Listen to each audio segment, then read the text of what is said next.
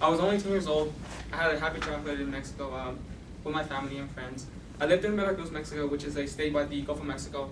And to be more precise, I lived in Jalapa, which is the capital city of Veracruz. It was a beautiful city. It was a tropical temperature throughout the year. And the most interesting thing is that it had a crater slash park in the middle. There was a crater slash park in the middle of the city.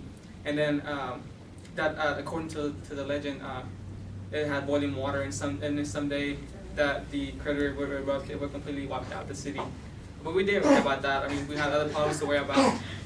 So we were a big low-income family, but that didn't change the fact that I loved him. My mom was the best, and my dad was a dick because he left us when I was even born.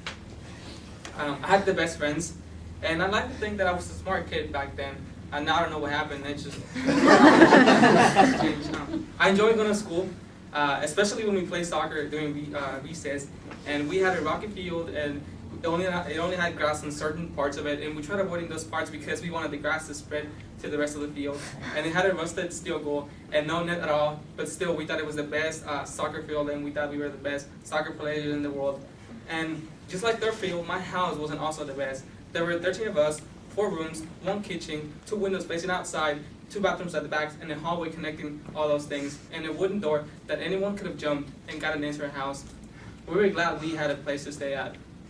So after that, we went through economical problems, and one of my aunts decided to come over here to help us out and help my grandma pay her medicines and everything.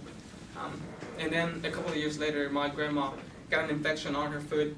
And you could literally see the bone, and then the infection spread to the leg, and then she got her leg amputated, and then somehow the infection spread to the other leg, and she got her other leg amputated too. And then my family was devastated because of this. I saw my mom cry like never before, and then a couple of months later, something that struck me the most was that my mom got sick, and then my aunt came back, and then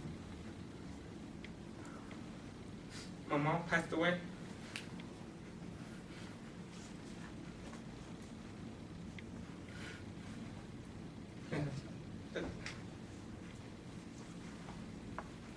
I remember what I reacted, the time and where I was at, and the time and because of this, my brother and my aunts decided to come over here to help us out with everything we needed. And when my brother was here, he wanted me to come over here with him because he thought that was the best. That was the best thing for me and for my future. And he talked to my dad. And they both agreed that yeah, it was the best choice for me. But I knew that my dad was broken inside because I was a little kid and I was gonna go away. And I just cannot imagine the emotional pain he went through because, I mean, I was only a kid and I was gonna go away. And now when the day came, I got into the truck and I said bye to all my family members and my friends. And I saw him standing out there, and as we were driving off, I saw him getting smaller and smaller, and then I just broke and I couldn't hold it, and I thought about how my life was gonna be different and how everything was gonna change, and I was gonna have to work harder. I was gonna have to work twice as harder as other people because of language barriers and because I was gonna be away from my family. Yes, I was gonna reunite with those people who were from my family who were here, but it was still gonna be hard. When we got to the border, I went with my aunts and we crossed the bridge in less than 5 minutes. It was easy, and then we were on the other side of the border, and I just thought about how easy it was, and that people